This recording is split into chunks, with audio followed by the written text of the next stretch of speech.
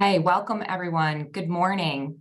And thank you so much for coming to join our monthly webinar series that NYSARC Trust Services will be offering for 2023. We're going to kick off this year with our first topic for January, which is quite an exciting topic and one that I know all of you are very eager to learn more about.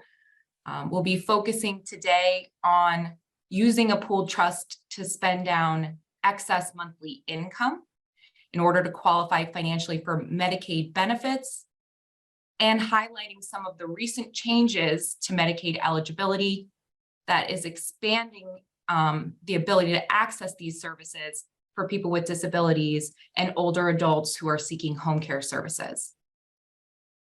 If you've not met me previously, my name is Sarah Grimes. I'm the Director of Outreach and Community Relations at NYSARC Trust Services.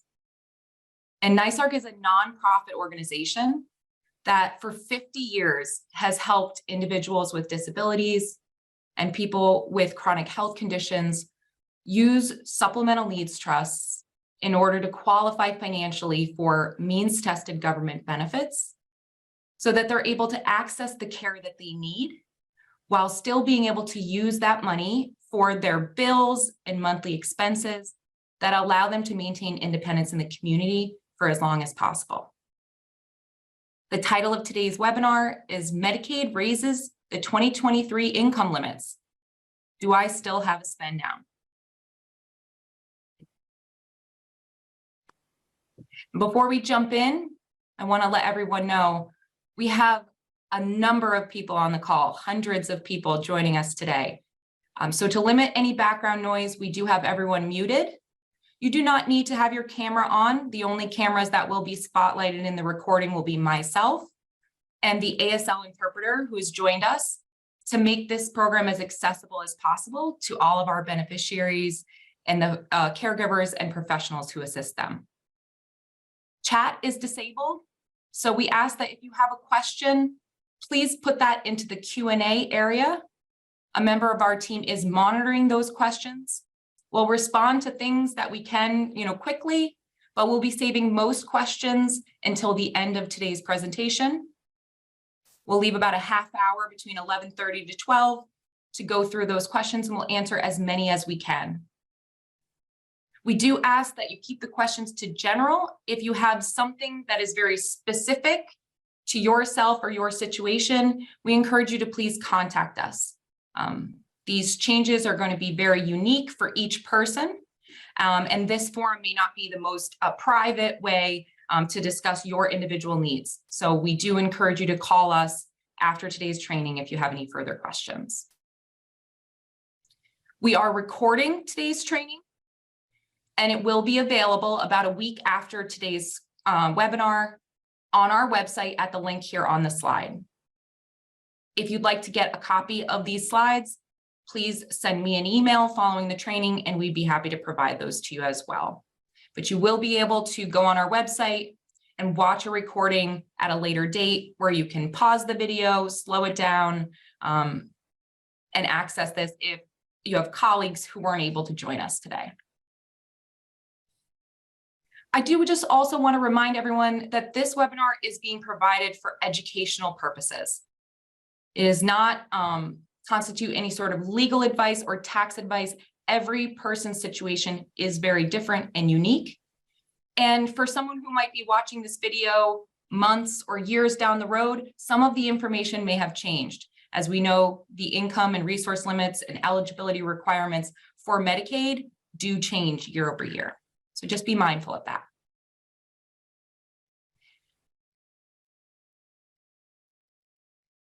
Now, here's a quick rundown of what we plan to cover in today's training. We'll start with just a quick intro into pooled income trusts. We know some of the people on the call may just be learning about this for the first time. So before we jump into the Medicaid eligibility changes, we just want to give everyone a quick update on what it is we're talking about today. Then we'll dive right into the eligibility changes for Medicaid in 2023 and walk you through specifically the updated income and resource limits for people with disabilities and older adults seeking home care services. We'll discuss, do you still have a spend down? and what to do about seeking a recalculation of your spend down. And then we'll also talk about if your income is still above these limits, what you can do to qualify and be eligible for Medicaid services. We'll use a case study example to walk you through helping someone qualify and outline the steps to access Medicaid services using a pooled trust. And then we'll go into more detail on what expenses you can use the trust to pay for, and we'll talk about some best practices to help make this process as easy as possible for our beneficiaries and their families. Throughout our discussion, we'll also be highlighting some great new services at NYSARC, as we're always looking to improve. And we have a lot of exciting things coming in 2023 that we're happy to share with you that are just going to make things easier for our beneficiaries to manage their accounts. Now, before we dive into the details, let's just talk high level about what a pooled trust is and how it can help someone qualify financially for Medicaid health services and home care services. If a person needs Medicaid benefits, the cost of home care can be so high that many individuals choose to apply for Medicaid to assist in paying for the costs of those expenses. And in order to be eligible for Medicaid to pay for home care or other health benefits, an individual must meet the eligibility requirements and the financial limits, meaning that you can only have a certain amount of money in assets and monthly income and be eligible to receive services through Medicaid. A pooled trust is a way to help a person who needs Medicaid services reduce the amount of funds they have in their name in order to qualify financially for these benefits. Individuals that have a qualifying disability or adults over the age of 65 who have disabling chronic health conditions are generally eligible to use a pooled trust if they have income or assets in their name that they need to reduce in order to qualify financially for these services. This allows the Medicaid applicant to become financially eligible to receive Medicaid and to maintain their ongoing eligibility on a month-to-month basis by spending down the amount of their income that is over the Medicaid limit. By putting that money into a pooled trust, they're then able to use it for the things that they really need it for: their rent, their mortgage, utility bills, monthly expenses that are going to allow them to live at home and live independently in a community-based setting for as long as possible. And it can even help provide for uncovered medical costs, therapies, and services that might not be covered under certain benefits. People are primarily using this program when they're looking to qualify for personal care services or home care, but it can help anyone qualify for community-based Medicaid services like home and community-based services, Medicaid waiver programs. That is really the area and population we're going to be focusing on for today. And the ultimate goal is to allow people with disabilities and older adults who need these home care services or who need Medicaid assistance to be able to receive the care in the comfort of their own home and in the community for as long as possible among their family and loved ones. To give you just a quick overview of or picture of how this works, each month the person is going to deposit their excess income into the trust by an electronic deposit or by mailing a check to the bank. And then they'll submit requests to the pooled trust when they want to use the funds to pay for bills. Certain bills that change each month, you need to send a request each time, but other things may be a fixed expense that is the same amount each month, and those can be set up on automatic payments. And then the pooled trust will review that request and remit payment to a third party for eligible expenses, like your landlord to pay your rent or your utility company to pay your electric bill. And we'll go into a lot more detail on this throughout today's discussion, but just wanted to give everybody a quick overview of what it is we're talking about today.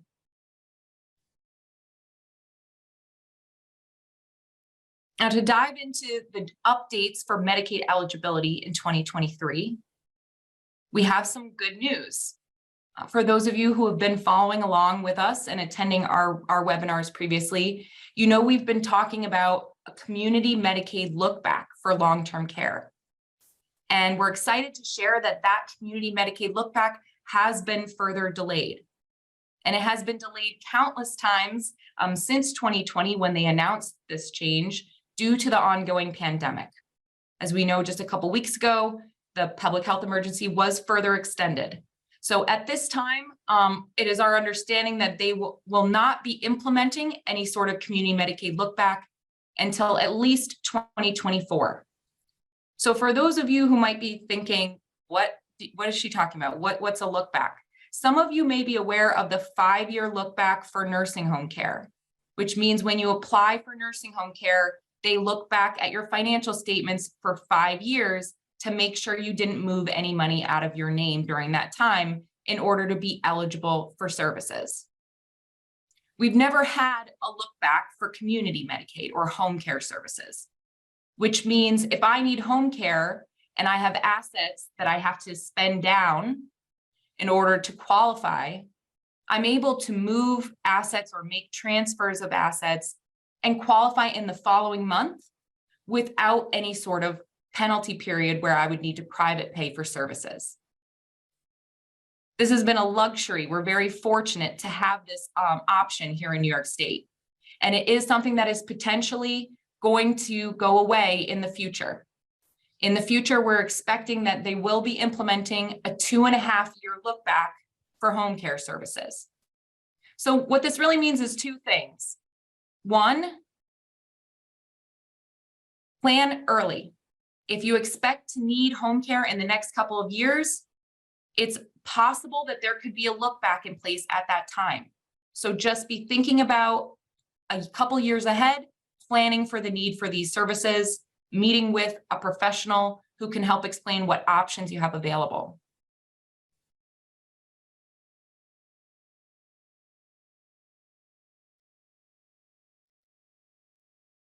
The other thing to be thinking about is if you need the services now, we're in an important window of time where you'll be able to qualify, and as long as you apply for the home care component and you're eligible prior to this look back going into place, it should not affect you in the future. So if you or your loved one needs care in the immediate future, now may be the time to get started with that application.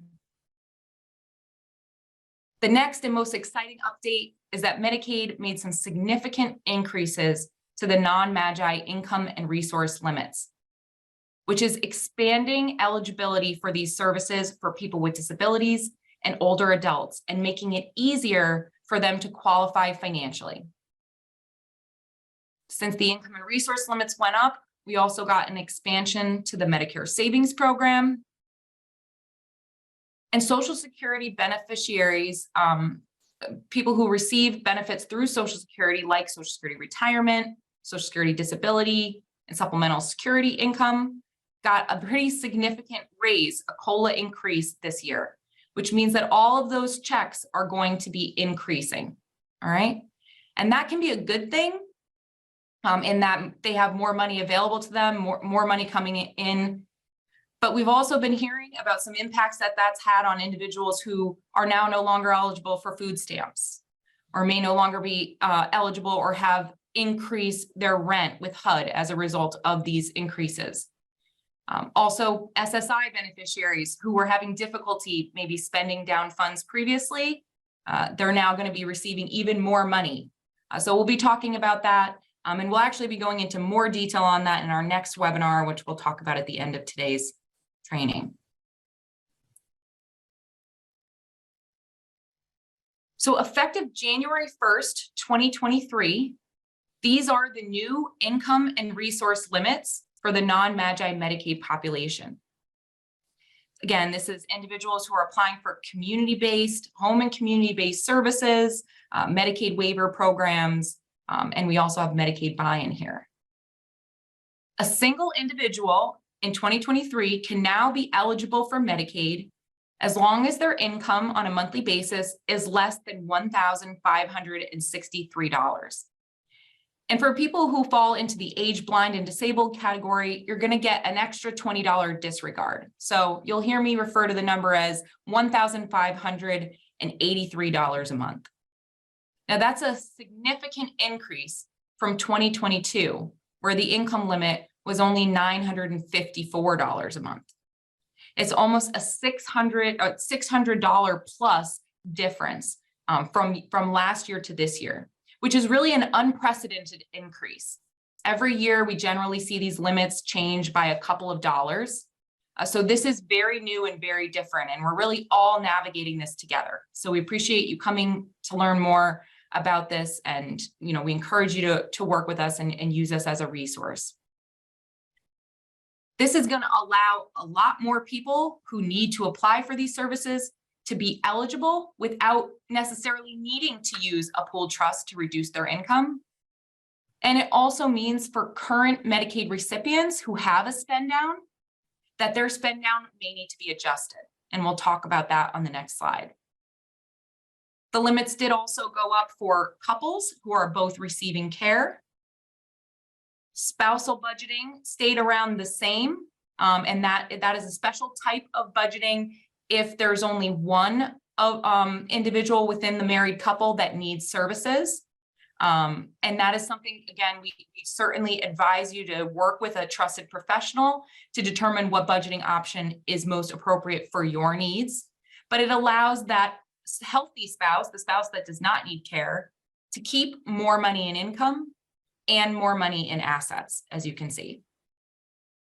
The Medicaid buy-in limit did change just slightly on the income side, but on the asset side, it did go up by about $8,000 to be in line with the increased asset limit now for individual and couples. I just want to quickly pause to remind everyone who's raising their hands, we're not able to unmute you or hear you. So please put any questions you have into the Q&A. So in addition to the income limits going up, I'm sorry. So quickly to just go back to the income, your income is going to be all sources of income that you receive. So everyone is going to be a little bit different.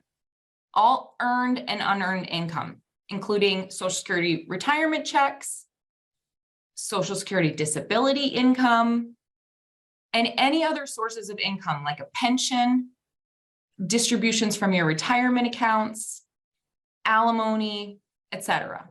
Any source of funds that you have available to you on a monthly basis that you could potentially use to pay for care. Medicaid is going to add up all of those sources of income to determine your total monthly income. And then they'll deduct your limit here to determine approximately what your spend down will be. And we'll be going into that calculation in a little bit more detail a little bit later.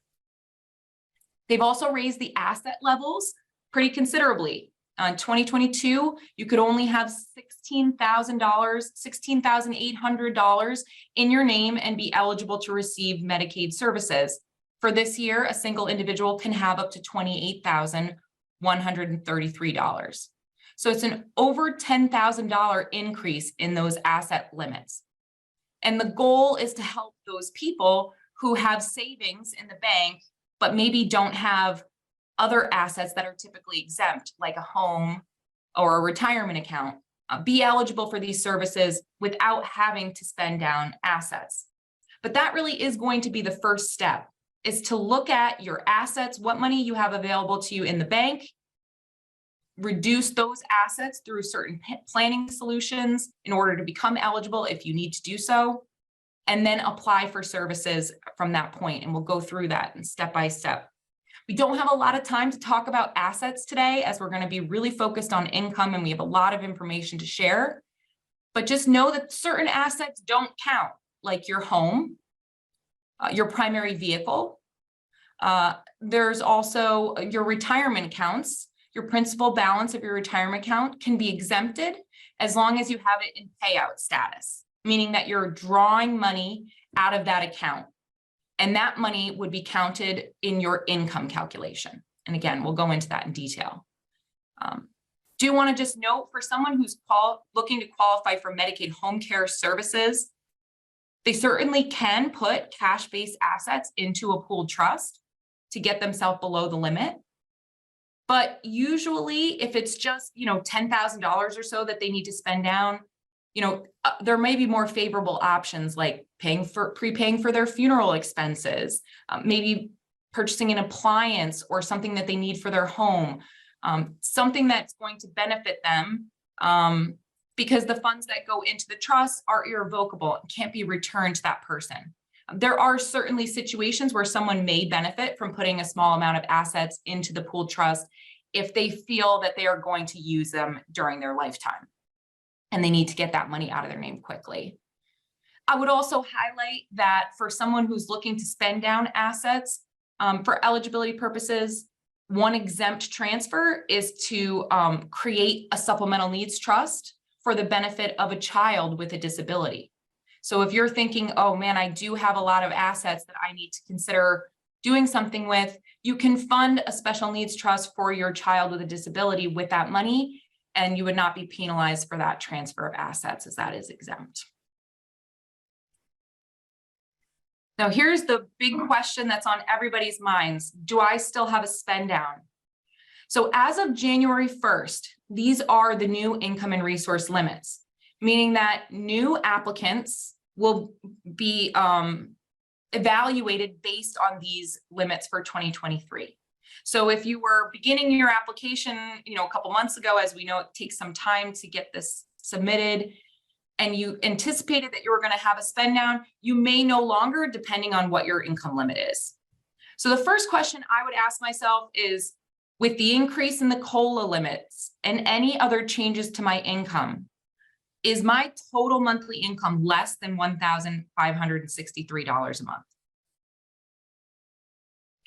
If the answer to that is yes, then you may no longer have a spend down.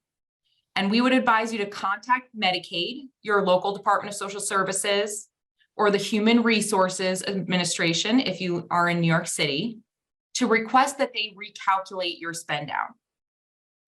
Now, as you can imagine, they're going to be inundated with these requests, as many people are going to have changes to their income. So just be patient. I advise you to follow up if you're having any sort of difficulty getting in touch with your local Medicaid office.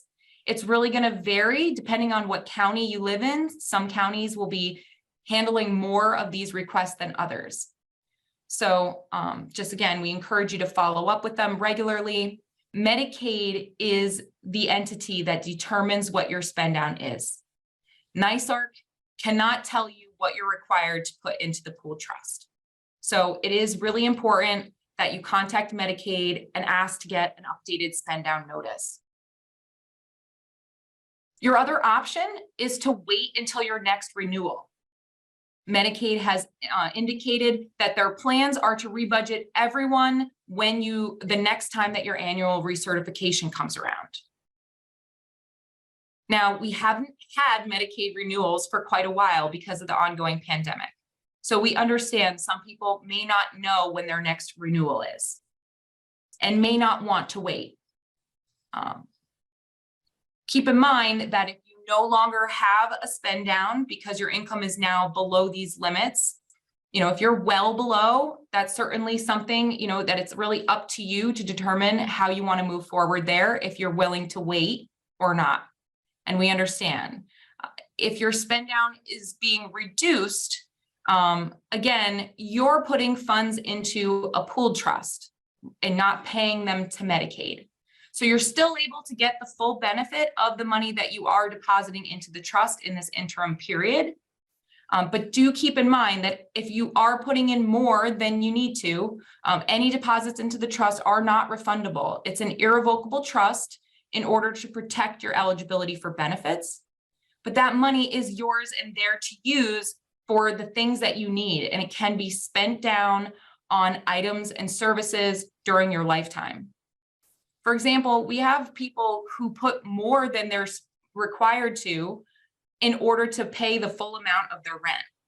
So really, you got to take a look at your individual situation and determine what makes the most sense for you. And we are happy to talk about that with individuals. Please contact our customer service team if you have any questions. And certainly reach out to us if you need to make any sort of changes to the amount that you're depositing into the trust. If you have electronic deposit set up of your spend down, you can complete an electronic deposit form asking for us to stop those deposits or make a change in those deposits if you need to reduce the amount you're putting into the trust. And if you no longer have a spend down, you can contact us to let us know, I no longer need the trust. We will put your account in what's called no longer participating status, NLP. That is a NYSARC term. So if you're contacting NYSARC or whatever pooled trust administrator you may be working with, inform them that you no longer need the trust. In our program, we will reduce your monthly fee to the lowest monthly fee now that you're no longer making deposits every month. And we'll release any sort of minimum balance that you may have in your account so that you can spend down any funds on eligible expenses during your lifetime. Now, we encourage you to spend down that money as quickly as possible. That's going to help you avoid incurring any sort of unnecessary fees. We did provide you guys with a reference to specific information about these changes and instructions to seek recalculation through the links at the bottom of the screen here. The GIS from Medicaid, which details out these changes, and also a copy of a sample notice that Medicaid sent around mid-December to any individuals who are currently receiving Medicaid services with a spend down, notifying them of these changes and the steps to seek recalculation of their spend down. Now, again, we do encourage you to work with Medicaid because Medicaid really is the only entity that can determine what your spend down is.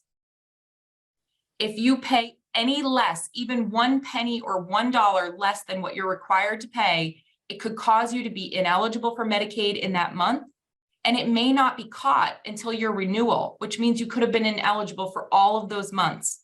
So we really encourage you to be very careful in making any sort of adjustments.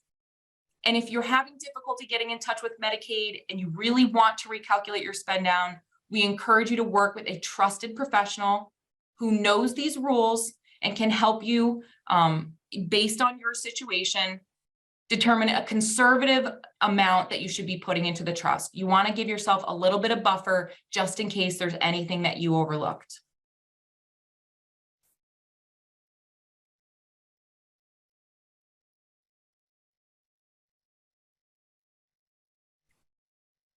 Now, what if your income is still above these limits? Even after these increases, we obviously have thousands of people that we serve that are still going to be over the limit to qualify for Medicaid services. And the good news is that you can still use a pooled trust to reduce your income in order to qualify or maintain eligibility for this program. You may just have slightly less of a spend down than you did before. The spend down program is something that is available to individuals who have a qualifying disability under the Social Security Administration's definition.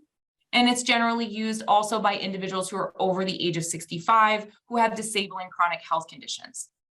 They're able to reduce the amount of income that they are over the Medicaid limit, which is referred to as their excess income or surplus monthly income. And that is the only amount that they need to deposit into the trust each month. The amount that's indicated on the slide here in red, the amount that goes over the Medicaid limit. That amount must be paid on a monthly basis out of the beneficiary's own income.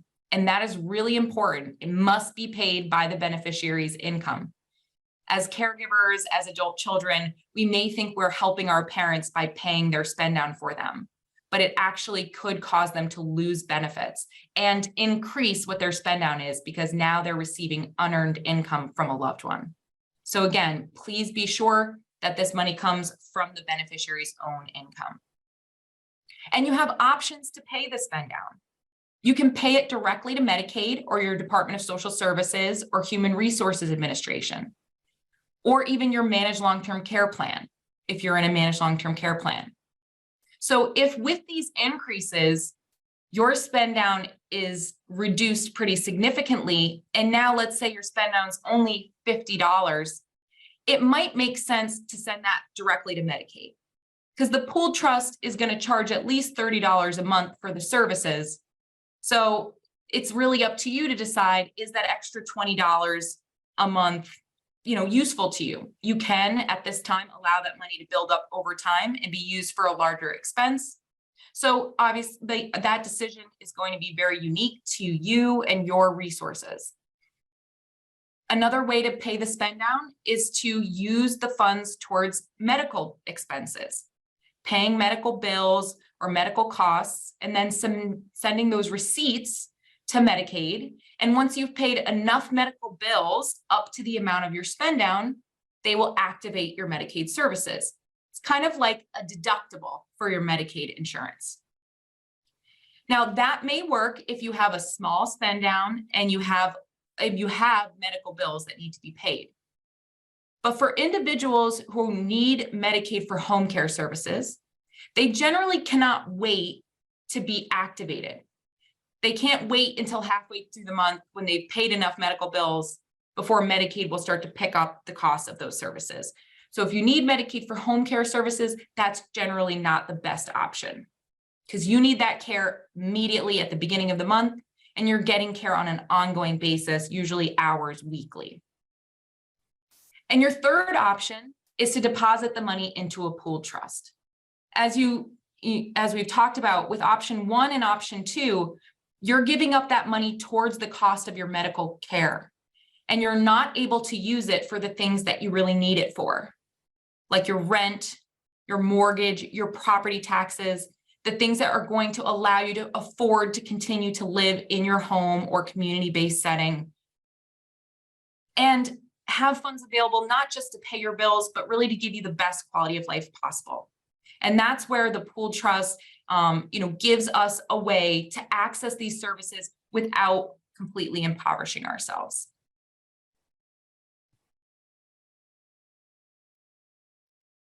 So you might be asking, how is this legal? What if Medicaid finds out? We hear that question a lot.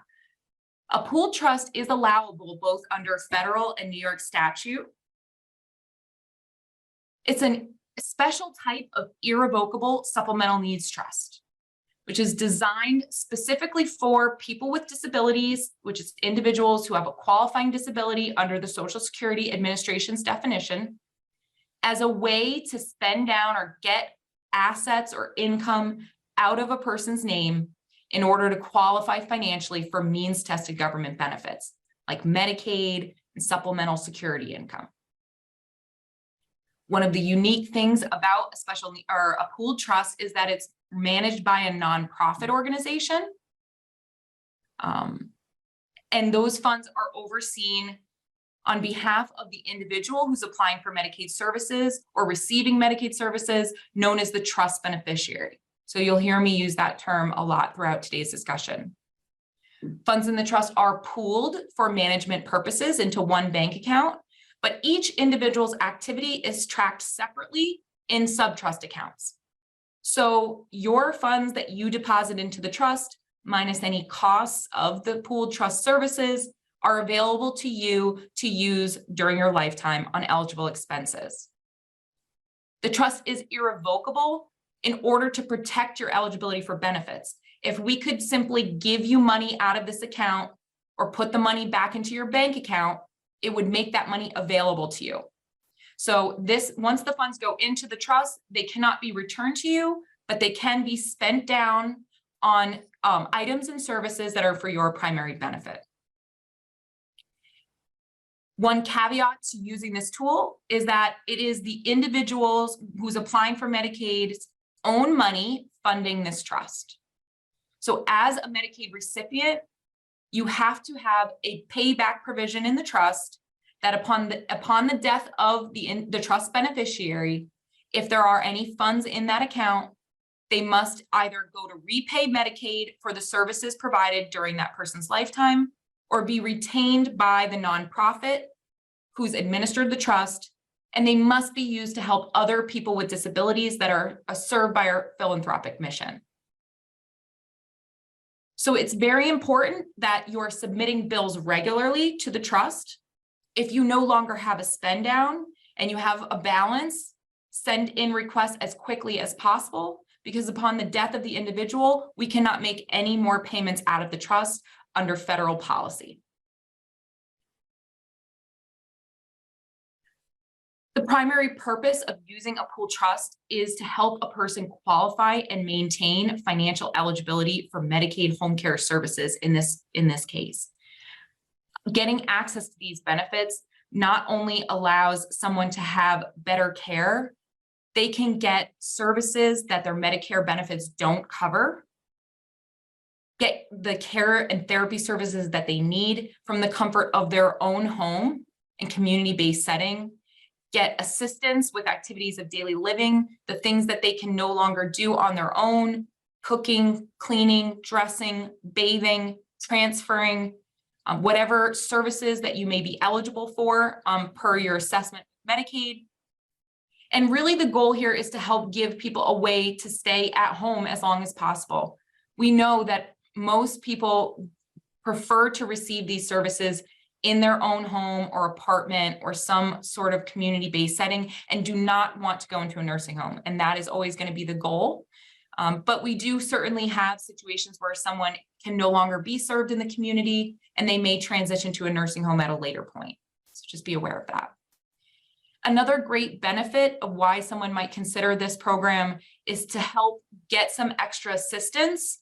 We know that many family caregivers are the ones that may be providing unpaid care or even financially supporting the cost of private paying for aides. And this can get very expensive and deplete people's assets and savings pretty quickly. So getting these benefits in place, giving your loved one a way to pay their bills while still receiving these services can also help assist family caregivers who might be providing care to their loved one. Now we're going to walk through a quick example to help illustrate how this works and how to calculate a person's spend down under these new limits. Our case study today, we have Mary. She needs Medicaid services. She is 89 years old and she lives on her own. She's single. She's got some hearing loss, some chronic back pain, some other chronic health conditions, and she really needs some help at home. She's been paying for an aide to come in a couple hours a week, but she's noticing that it's very quickly depleting the money that she has available in her savings account. So she applied for Medicaid to help cover the costs of the home care services, but Medicaid told her that she wouldn't be eligible because her income was too high to qualify. Now here's a quick snapshot of Mary's income. And again, we do want to make sure that we stress that this is really just for educational purposes. NYSARC Trust Services does not calculate spend downs, and we do not have the expertise to know every deduction or every piece of income that you may have. So this is very unique to each person's situation. And today we're presenting what we think is a pretty simple example just to help illustrate how complex this can be. So we first start with Mary's income. Where is Mary's income coming from? Right now, Mary receives a Social Security check for $2,000. And she's getting about $1,758 a month that she is withdrawing from her retirement account. So again, by withdrawing the funds out of her retirement account, that makes her principal balance of her retirement accounts exempt from the asset calculation. And those distributions are counted towards her total monthly income. So she's got a total income of approximately $3,758. Taking into account the updated Medicaid income limit for 2023, we're going to subtract that amount from her total income. That is the amount that she can have and be eligible to receive benefits. So she will continue to receive her Social Security check and her retirement check in her own bank account. And then she'll be required to deposit the amount that she's over the limit into the pooled trust. And the remaining balance will stay in her checking account or whatever account she has those funds going into. Because she falls into the age, blind, and disabled category, they do give her the $20 disregard. So we subtract that. And she's eligible for the Part B premium exemption because she's paying her Part B premium, which we rounded up for the purposes of this calculation. So again, please keep that in mind. And just know that there could be other deductions that you may be eligible for. Other Medicare premiums that you pay, other health insurance premiums, et cetera. There's a number of deductions. So when you're looking at your spend down, we encourage you to refer to your notice of decision, your most recent notice of decision from Medicaid. That should give you an idea of what deductions you were eligible for previously. But again, many things may have changed since the last time that you were budgeted. So we do encourage you to work directly with Medicaid to seek a recalculation of your spend down.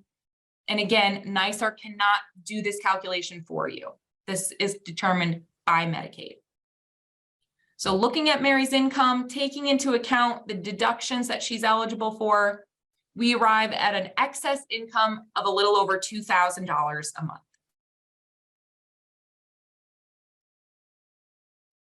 Now let's review the process of how to actually qualify for Medicaid and the steps to become eligible using a pooled trust.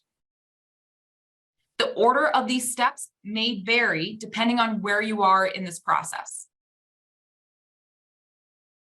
First, you want to start at looking at your assets. What assets do you have that could be easily turned into cash and be used to pay for care? If you're over the $28,000 plus limit, then you may need to reduce those assets before you apply for services.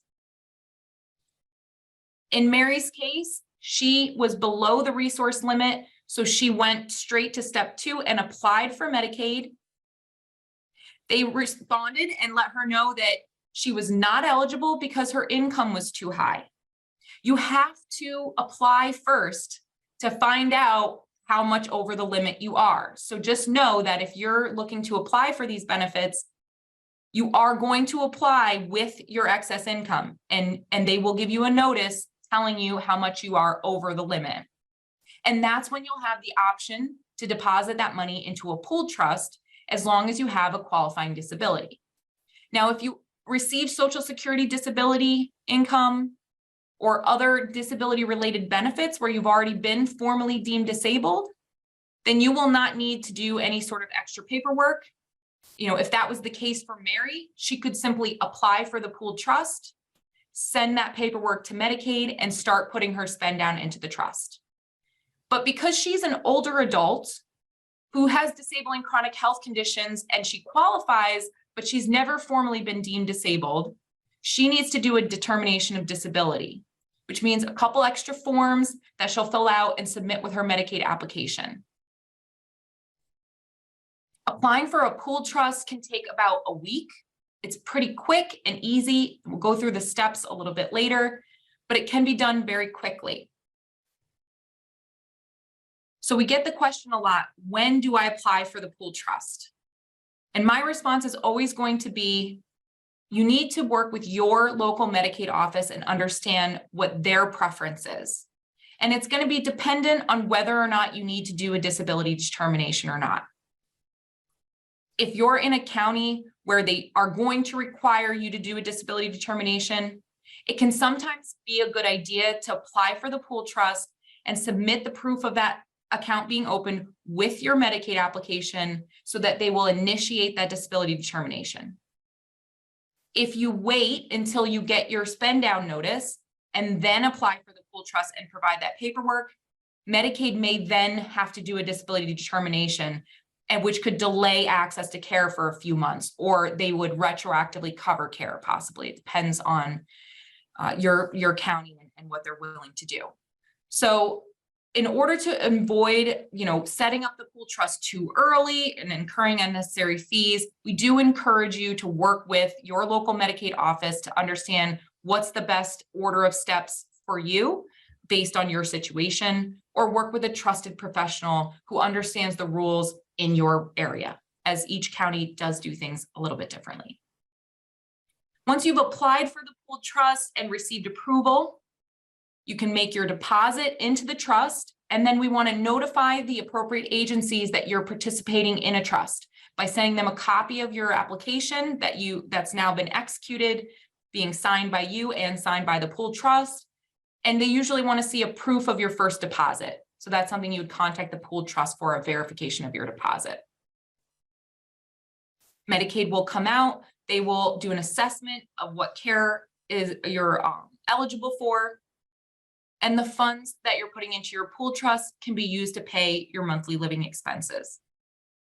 Now, again, I just want to reiterate how important it is that we inform Medicaid or your managed long-term care plan that you are depositing your spend down into a pooled trust.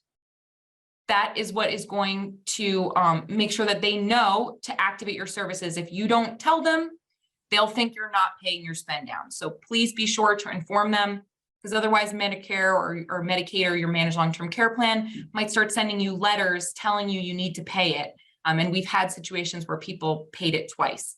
So just be sure to make sure you do that final step in the process of informing Medicaid or any other agencies. The steps to apply for a pooled trust are pretty quick, because the documents have already been drafted. And in NYSARC's case, they've been approved by Medicaid and the Social Security Administration. So you're simply applying to join an already established trust. You complete an application to join that needs to be signed and notarized by the beneficiary or someone who has the legal authority to establish and fund that trust for that individual, like a power of attorney. We need to see a copy of the beneficiary's Social Security card, their Social Security award letter, or a 1099 form will give us everything that we need. And in our program, we ask that you fund the trust with a minimum of $300. You can fund the trust through a one-time electronic deposit from your bank account or by sending a check to the bank. We no longer require any guaranteed funds to establish the trust. And for applicants who are making monthly electronic deposits, we can reduce your minimum balance requirement to $100. For more information and really step-by-step instructions on how to apply for a pooled trust, we encourage you to visit our website. There's a link here on the slide. We just launched a brand new website. There's a join the trust button right on the homepage, and that will take you to a page that has a video explaining this process and step-by-step instructions for your reference in the future. So we encourage you to please go to NYSARCtrustservices.org and check that out. There are costs to use the pooled trust. There's going to be an initial one-time enrollment fee to join the trust, which is deducted out of the initial deposit you make into the trust. So as I mentioned on the previous slide, you're required to open with at least $300. We'll deduct that $200 from your initial deposit. It's not in addition to that. And if you already know what your spend down is, you can open the account with your first spend down deposit as long as it's greater than $300, and we will deduct the enrollment fee from that amount. Same thing with fees. You don't need to pay these on your own. Nina, go ahead and unmute yourself if you have something. Nope, just wanted to give the 10-minute warning. Wonderful, thank you. Fees are also going to be deducted out of the spend down. So not paid on top of the spend down, they're taken out of the amount you deposit into the trust each month. In our program, we have a fixed, a flat fee based on the amount you're depositing into the trust. It's a sliding scale and it covers all activity. There's no limit on the number of disbursement requests you can send in on a monthly basis. It gives you access to all of our services and our team of representatives. There's also no annual renewal fees in our program, but that is something you want to look into as those can cost your clients hundreds of dollars a year. We do have a $50 tax and audit fee, which is charged once a year in July for the tax preparation, and we have an independent CPA firm come in and audit our operations. Now, for those of you who are familiar with this fee schedule or who are currently using our trust program, we just want to assure everyone that we will not be increasing our fee schedule. There are other pooled trusts that are raising fees right now as a result of the cost of living adjustments. And we just want to be sure that we let everyone know we will continue to be offering the same low fee structure, which is generally lower than most other trusts. And if you have any questions on that, please feel free to contact us. So now let's talk about what Mary's trust can pay for. Looking at her approximate excess monthly income of a little over $2,000, we're going to take into account the amount of her monthly fee. And once we've deducted that out, approximately what she'll have available in the trust each month is $1,860. So keep in mind, each month she's going to get all of her income in her bank account. She's going to deposit the $2,010 into the pooled trust. She'll have about $1,860 available to use to pay bills. And then she'll also have the money that is left in her bank account, which is the Medicaid limit that she's allowed to have. So this is when we're looking at her expenses, we have to think about, we have funds in the pool trust, and we also have funds in her checking account. We're going to look at prioritizing larger bills, ideally bills that can be paid automatically each month, to come up with what bills are most appropriate for her based on what she's going to have available each month. So we're going to pay her rent, her utility bills, her cable and cell phone. And after that, she still has about $160 available. So she'll be using that money by going out and making purchases with her credit card and sending in the credit card statement with the receipts, asking us to pay for expenses, over-the-counter items, things that she may need. There are some rules about how the funds in the trust can be used. It's got to be for the primary benefit of the trust beneficiary. So we can't buy gifts for other people. And generally, the funds in the trust need to be used for items and services that are for that person's primary benefit. So an example might be, I'm living in my adult daughter's home because she has taken me in to help care for me. We're only going to be able to pay mom's portion of those expenses. We're not going to pay 100% of bills when she's living in a home with her daughter, her son-in-law, and their 4 children, right? So we can pay her portion. They want to make modifications to their home. We're not going to be able to do that with mom's trust money. That's going to primarily benefit the owners of that home. But there are things that we could do to make the home more accessible for her, or if there's something that's needed that is directly impacting her living in that house, those are things that we would consider on a case-by-case basis. We also review each request to ensure that we are considering how it could potentially impact someone's eligibility for benefits. Certain benefits have restrictions and limitations on what we can use the funds for. For Medicaid beneficiaries, individuals who are receiving primarily Medicaid services, it's generally just things that Medicaid should provide. There are certainly going to be areas where there are items that Medicaid doesn't provide, and that is something where we could consider paying those expenses. When you need to make a request to use funds in the trust account, we do need to see documentation substantiating what that request is for, what bill we're paying, copy of the bill, copy of the invoice, receipt, etc. This is required by Medicaid to document how funds in the trust are being used. It also helps us confirm that the funds are being used for this person and for our beneficiary. So it protects them in that way also. Disbursements are paid directly to a third party. You can never give money out of this account to the beneficiary or their spouse.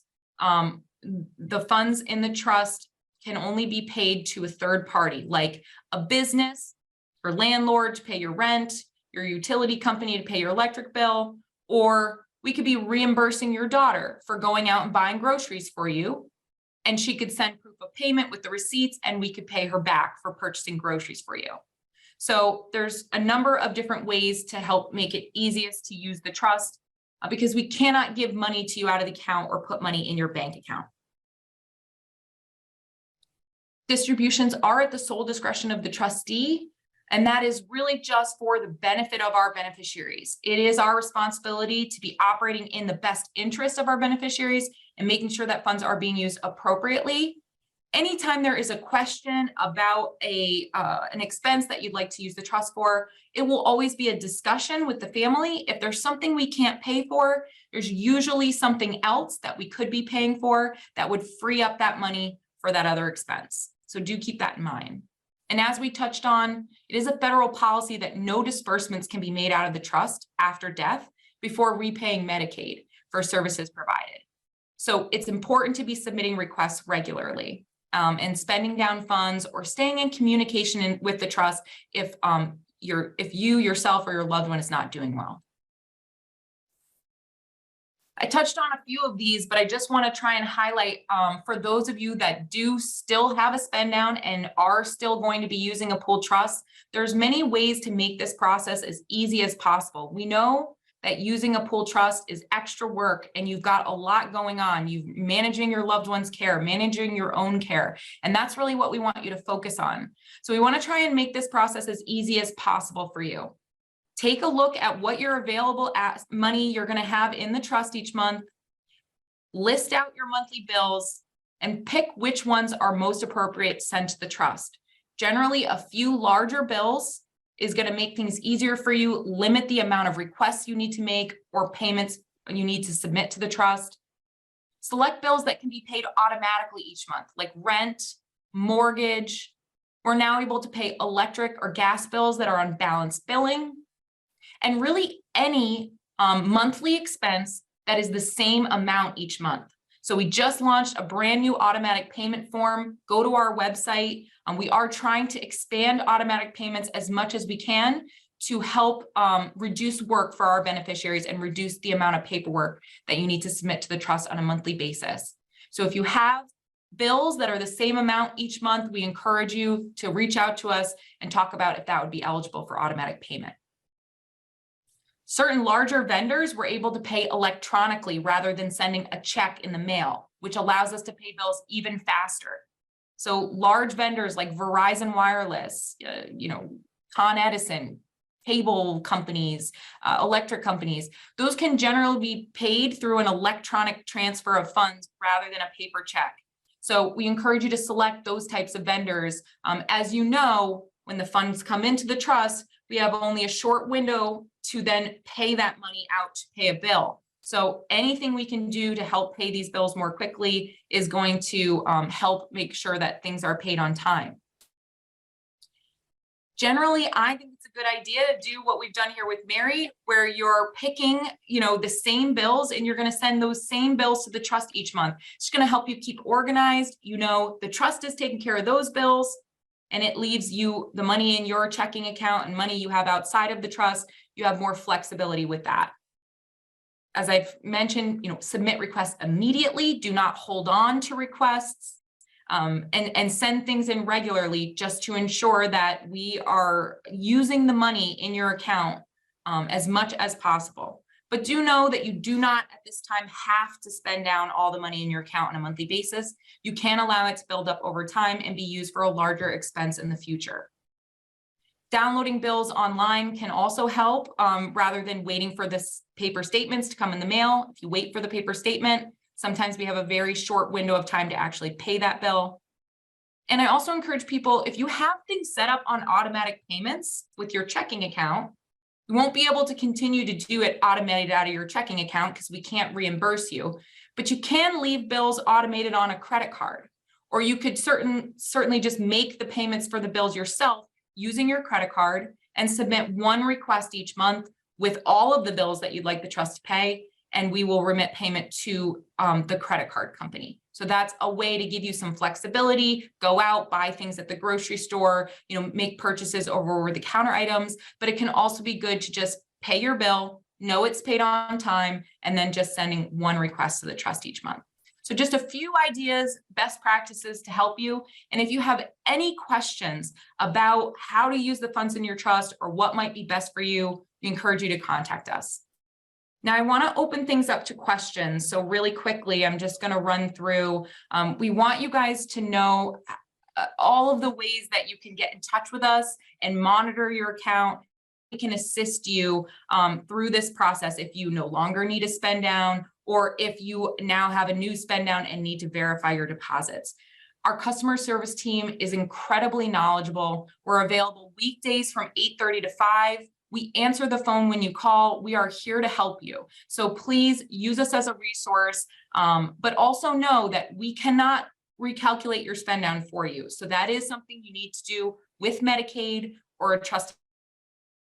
We offer multilingual customer support, and we have an online portal and automated phone system that allows you to monitor the activity in your account 24/7. Download account statements. If you need to show proof of any sort of distributions out of your trust, you can even do verification of deposit reports right out of the online portal, or contact us and provide us with the information of where that needs to be sent. And we'll send any reports directly to Medicaid, your local Department of Social Services, or the Human Resources Administration. We keep digital record of all documentation, receipts, invoices on hand here. So if you ever need that in the future, that is going to be handled by our team. And we handle all trust tax reporting. I also want to mention that we are piloting a number of new programs that we're very excited about. Our online portal up to this point has really just allowed you to look at your account balance and view the activity in your account. We recently launched just last year the ability to download your statements and forms you need to manage your account. And soon, very soon, you will have the ability to upload your requests online as well. So there will be an online disbursement request form. You'll be able to fill out the form there, upload any sort of supporting documents, and those will be sent directly to the trust team for processing. So if you haven't already, log into the portal, sign up for the portal, check it out. By doing so, you'll be notified as soon as those new features are available. Beyond that, as I mentioned, we've expanded our automatic payment options to try and make things easier for our beneficiaries, giving them more options to set up on automatic payment. And we are also in the process of taking a look at being able to make electronic payments to smaller vendors and individuals, and not just the large vendors on the ACH list. So we are currently in a pilot of that, and within the next couple of weeks or within the first quarter of the new year, we should have more information. All right, so very excited about those changes. If you have any questions, please contact us. Up next in this webinar series, our topic for February, we'll be talking about preparing for Medicaid recertifications, as we know that those are coming in the near future, and helping organizations that manage funds for individuals with disabilities talk about suggestions and ways to help them manage these COLA increases, which we know inevitably are going to result in issues with individuals, particularly on SSI, who aren't able to spend those funds in a timely manner, or who may have funds that have built up over time that may need to be spent down before they recertify for Medicaid in the new year. So we encourage you to register for that. There's a link here on the slides and also on our website. So with that, I really do encourage you to contact us if you have any additional questions in the future or anything specific to your situation that you'd like to talk about. And Nina, if you could get us started with our first couple of questions. I see there's a lot of activity in the Q&A. Yes, we have quite a few questions, and I'll apologize ahead of time. I don't think we're going to be able to get to them all, so please do contact our team if we're not able to get to your question. Yeah, and we will certainly review them all as well. Any we're not able to get to, we will do our best to make proactive outreach as well. Okay, we do have a couple questions about spousal budgeting. So if you could just review that in general, I think we could cover some of our bases there. Sure. So spousal budgeting is a special type of budgeting that's available to a married couple when only one person within the married couple is in need of care. I'll use an example. My husband needs care, but I am healthy. Majority of the income that we have is in his name. So if he were to apply for Medicaid and have to reduce his income, it would leave me with very little to live on. So spousal budgeting is an option that's available for couples that are in that situation to allow the healthy spouse to keep more money in income and more money in assets. There are considerations when it comes to making that decision on which budgeting option is most favorable to you. It's very dependent on who is the person applying for services and who has the most income in their name. We encourage you to work with a legal professional, particularly someone who specializes in elder law and special needs planning. I'll go even further to say, make sure you ask what their level of experience is with home care applications, okay? Because spousal budgeting means that you're refusing to contribute towards the cost of your loved one's care. And it means that Medicaid could come at a later date and ask to, recoup money from you. So deciding what budgeting option for you is best for you is very unique, and we encourage you to work with a trusted professional before making any sort of decisions there. But generally, it really is just a way for a married couple to keep more income and assets and qualify for Medicaid benefits. And as we mentioned earlier in the slides, those limits didn't change too much for this year. But the good news is they didn't get rid of spousal budgeting. Usually that is something that's on the chopping block every year. And we do continue to have spousal budgeting for 2023. Great, thank you. We also have several questions about Medicaid buy-in, what that is and what that entails. Absolutely. So the Medicaid buy-in program is a special type of Medicaid that's available to someone who needs Medicaid services, but wants to be able to work. It allows them to keep more money in income and assets because they are working. And in order to be eligible for that program, you need to be working a certain number of hours, and you must be under the age of 65 and have a qualifying disability. So we have a number of individuals who, have physical disabilities, or who may have had an accident and suffered a traumatic brain injury, and so they rely on Medicaid services and personal care services to be able to maintain independence. They need assistance each day so that they can go out and work and be active participants in their communities. And so they have higher income and resource limits because it allows them to keep more money because they are working. You can be eligible for that program, like I said, up until the age of 65. And if your income is still over those limits, if your income is still higher than I think it's around $2,500 a month, you can divert that income to a pooled trust to maintain eligibility for Medicaid buy-in as well. And we have a handful of beneficiaries that do that. It's rare because the income limits are so much higher. Generally, the person does not have a spend down, but it can happen. And in that case, they can put that income into a pooled trust to maintain their eligibility for the Medicaid buy-in program. And really the whole purpose is to just not discourage people from working who want to work just because they are subject to these very strict income and resource limits. Great, thank you. We had a couple people miss the new limits, so maybe we could go back to that slide just to show that one more time. And a couple people pointed out that these limits are a little bit different because they are based on the 2022 federal poverty limit. Once the 2023 poverty limit is announced and DOH puts out the new chart, these may increase slightly. Yes, and that's a good point. We are operating off of what has been published up to this point. And so we do encourage you to go to our website. There is a link to a resource there that will send you directly to a chart outlining these limits. And as we said, this is really very unprecedented. So we're all, working through this.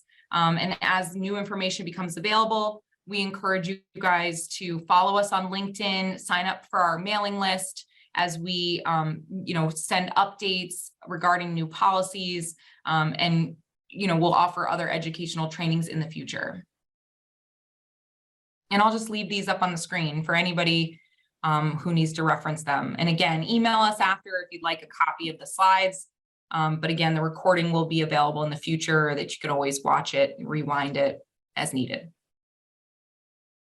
Thank you. Sarah, can you review what happens when a person has a pooled trust but now no longer has a spend down? What happens to their account? How do they use the funds? Absolutely. So if Medicaid determines that you no longer have a spend down, we're going to contact the pooled trust immediately. If you have any scheduled automatic or electronic deposits, like you are set up to have your spend down deducted from your bank account each month, you're going to want to fill out a new electronic deposit form asking for those deposits to stop. You need to give us at least a couple business days before your deposit is set to come out of your account to give us some time to make that adjustment. As you can imagine, we're getting a lot of these requests. So give us as much time as possible. We will stop any sort of scheduled deposits. If you don't have a scheduled deposit set up, you just stop sending any new money to the trust. Don't make any additional deposits and contact us to let us know you no longer have a spend down. We're going to put your account in no longer participating. All the money in your account will become available to you. We'll release any sort of minimum balance requirement. We also reduce our monthly fee to the lowest monthly fee. So you're only charged the lowest monthly fee because you're no longer making regular deposits into the trust. And then you'll continue to be charged that fee each month that you still have money in the trust. So the next most important thing is to start sending in requests to spend down the funds. Spend them down as quickly as possible because you can only use them during your lifetime. Some examples of things, if you have a high balance in your trust or you have a full month, most people are putting in their spend down and using it all every month to pay their bills, right? So most people who are using this program should not have a large balance in their trust at that point. And if you're sending the same bills in every month, you can just leave the account set up as it is, send in your normal requests until you reach a zero balance. If you have funds in the account that you're looking for ideas to spend it down, a great thing to start with would be an irrevocable pre-need funeral arrangement. This is where you go to a funeral home, you set up your burial and funeral arrangements ahead of time, you enter into a contract, and you prepay for those expenses. We know some people have already done that, but if you haven't, that can be a great way to get a chunk of assets spent down in the trust pretty quickly. Other things you might suggest would be, bills in that person's name, items and services that are for that person, modifications to your home if you own it, new appliances, if you're looking for larger ticket items, things that you can do that's going to help you spend down the money quickly. And certainly we encourage you to contact us if you have any questions or want to talk through what bills you have, what expenses you might have. And we'd be happy to talk in your situation and give you some ideas of ways to spend down that money. Sarah, what do we do if January is paid and should have been less? Do we reduce auto transfer as a one-time item? If you've already paid January, the funds that you deposited into the trust are not refundable. You cannot get the funds back. And so the funds are there in your account for you to use just as they were before. So if your spend down should have been reduced, but you already made your January deposit, it's not a big deal. Just send in the bills you have to spend down that money. On a go forward basis, again, we want to make sure that we know what the new spend down amount is, and then update the monthly deposits going forward with the new amount. If a client's child or grandchildren lives with the client, how is the income totaled? Repeat that again, Nina. I believe the client is the beneficiary. If the beneficiary lives with the adult child or grandchildren, how is the income totaled? So just to preface this with, NYSARC and myself, I'm not an attorney, I'm not a legal professional, and I don't know the rules of calculating income well enough to really give you an accurate answer there. But my general understanding of how this works is, as an adult, even if you're living in the home of your adult child, you're still considered a single household. You are not, I don't want to say responsible, but the individuals, your daughter and their children, are not your dependents in this situation. So even if you're living with your parent, you should still be an individual, or I'm sorry, your child, you should still be an individual applicant, as long as you're not married. For someone who retires under SSDI, do they need to complete a disability review packet sent by DOH to validate the pooled trust disability requirement? If you're already receiving Social Security disability income, you should not need to do that paperwork. But you can certainly ask Medicaid before applying, just to confirm what would be required of you. But as long as you're still receiving those benefits, you should be formally deemed disabled, and they would not need to do that disability determination. Are the rules the same with those with DAC status? So, I mean, they are going to be different. DAC, for those who may not be familiar with that term, is disabled adult child benefits. Those are going to be benefits that an individual receives because of a parent's work record, meaning that the child has a disability. Once their parent retires or becomes eligible for Social Security benefits, or they pass away, their child is able to claim the Social Security benefits on their income.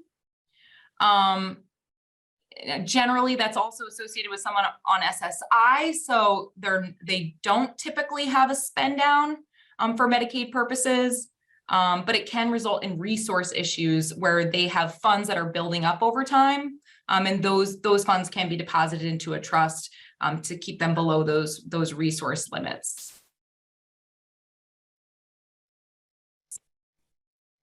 What is non-MAGI Medicaid?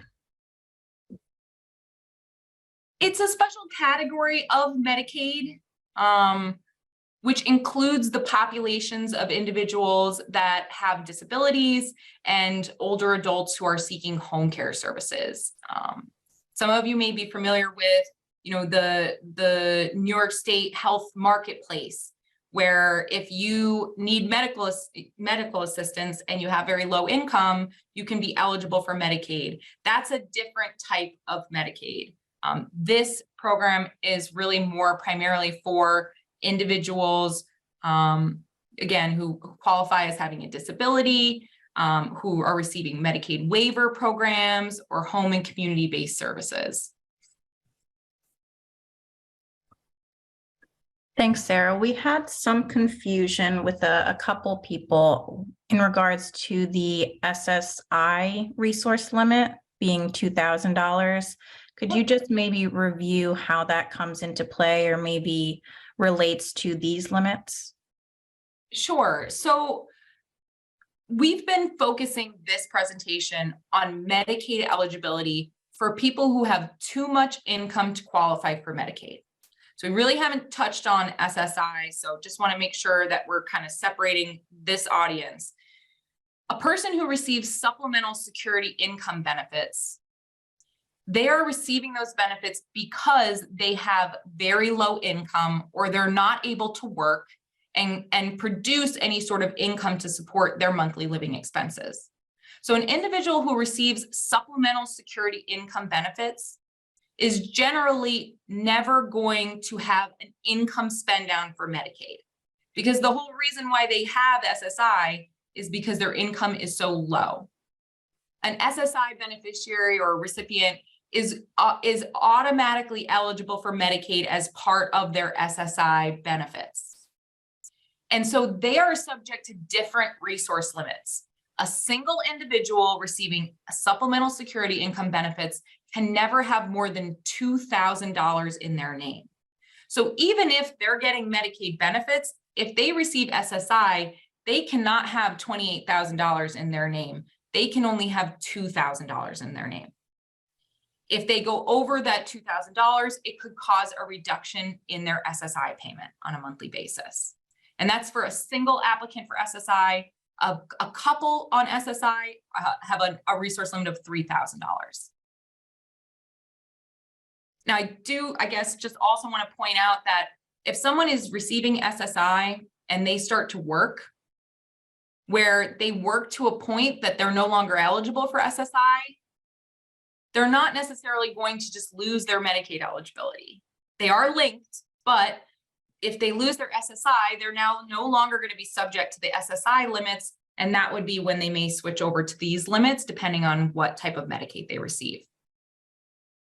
And it depends on their age. I mean, there's many factors that can go into that. So again, if you have specific questions, we'd encourage you to contact us, explain what benefits that person's receiving, and we can certainly work to help, resolve any sort of questions that they may have or concerns regarding excess funds.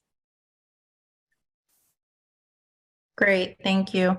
Just to review, everyone registered for the webinar will receive a copy of the slides, and a recording of this webinar will be posted to our website in about a week's time. We have a question about third-party trusts, whether this has to be reported to Medicaid, and does it impact eligibility for Medicaid? Sure. So I'll start with the easy one. If someone has set up a third-party trust for you, meaning my parents wanted to leave money to me, so they established a trust with their money for my benefit, so that they didn't give it to me directly, so that I would keep my benefits and it wouldn't jeopardize my eligibility to get services. That does not necessarily need to be provided to Medicaid or Social Security because it's not my money.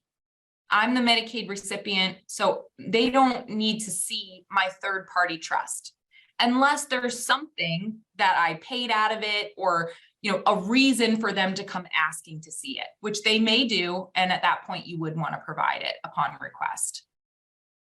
Now that covers it for the trust beneficiary who's actually benefiting from the trust.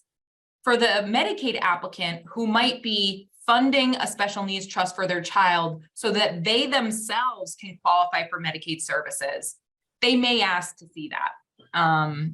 It's not necessarily required, but that may be something that they want to see, because you're going to need to substantiate what you did with those assets and show proof that it was in fact an exempt transfer. So they could request to see that, and you would want to provide them with a copy of that trust document.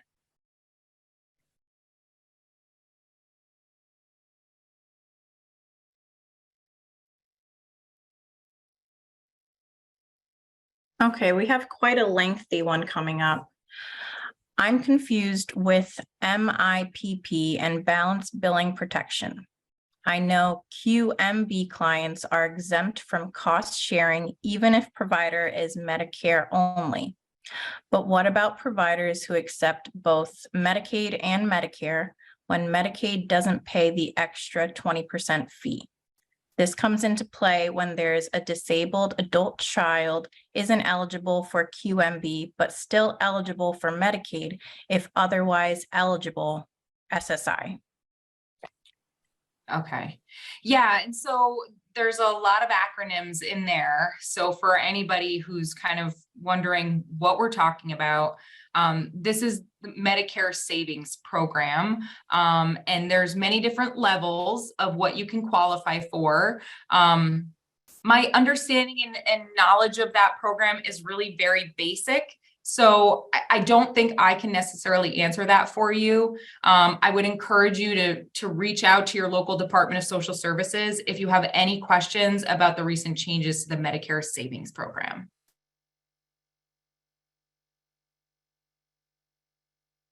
If a person is enrolled in the trust, moves to another state, what happens to his Medicaid and trust? Sure. So if someone chooses to move out of the state, I actually had an example of this the other day. The woman was in Rockland County, New York, and she was receiving Medicaid. And she decided to move to New Jersey and was very surprised to find that she was no longer eligible for Medicaid services through New York, and that New Jersey's rules are much stricter than New York State. And so the services she was getting in New York were not available to her in New Jersey based on her income and resource limits, or the income and resource she had available to her. So if someone moves out of state, just know that you're going to need to look into that other state to determine what services you may be eligible for in the new state, because you're no longer going to be eligible to receive Medicaid in New York under most cases. If that is the case, and we understand that happens a lot, where you want to move closer to family to be able to get care provided to you, simply contact the trust, let the trust know that you're no longer using Medicaid in New York and that you no longer have to pay a spend down. And then they're going to follow the same procedures we just reviewed, which for individuals who no longer have a spend down, will release all the funds available in their account. They will still be able to use any money they have in their account during their lifetime. So if they're moving out of state, you can pay for moving expenses, can help pay for boxes. It can help pay for someone to come in and organize, so many different things. So if you have questions, contact us. We're happy to help come up with ideas and brainstorm ways that you can spend down that money as quickly as possible. Can requests to DSS or HRA to request rebudgeting be done in writing? Yes, I would highly encourage you to put it in writing. Call, leave voicemails, any way you can document the requests that you have made to seek a recalculation is going to benefit you in the future if you have any sort of difficulty reaching them. And HRA would be probably the one that will be the most difficult because they just serve so many people. The number of Medicaid recipients in New York City is so high. So putting it in writing is a great idea. But I would definitely suggest following up with a phone call, quite a few phone calls. I usually recommend call first thing in the morning and call a little bit before the end of the day. Don't call during the lunch hour. And you may need to do that a few times so you can get in touch with someone.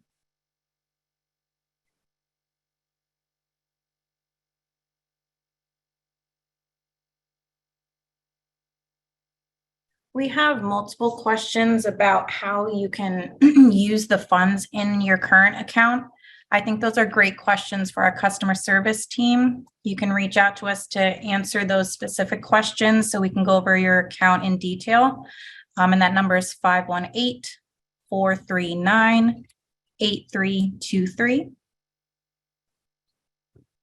Yes, and we do have to wrap for today because we are at the end of our time.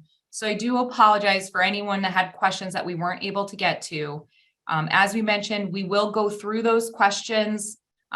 If there's something that we really need to follow up on, we will make a proactive outreach, but we encourage you to call us if you have questions.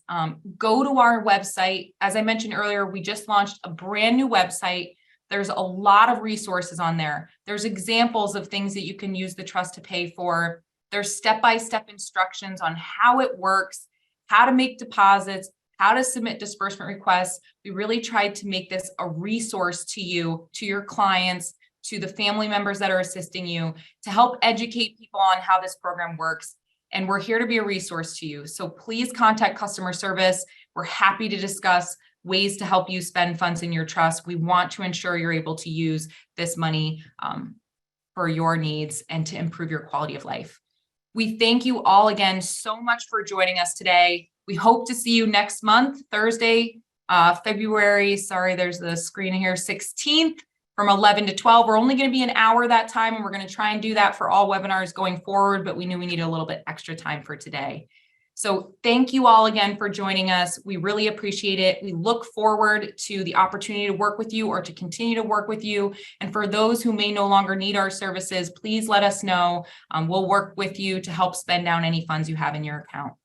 Hope everyone has a wonderful day. And for those of you in upstate New York, drive safe, as I know we're expecting some snow here pretty soon. Thanks again, guys. Have a good one.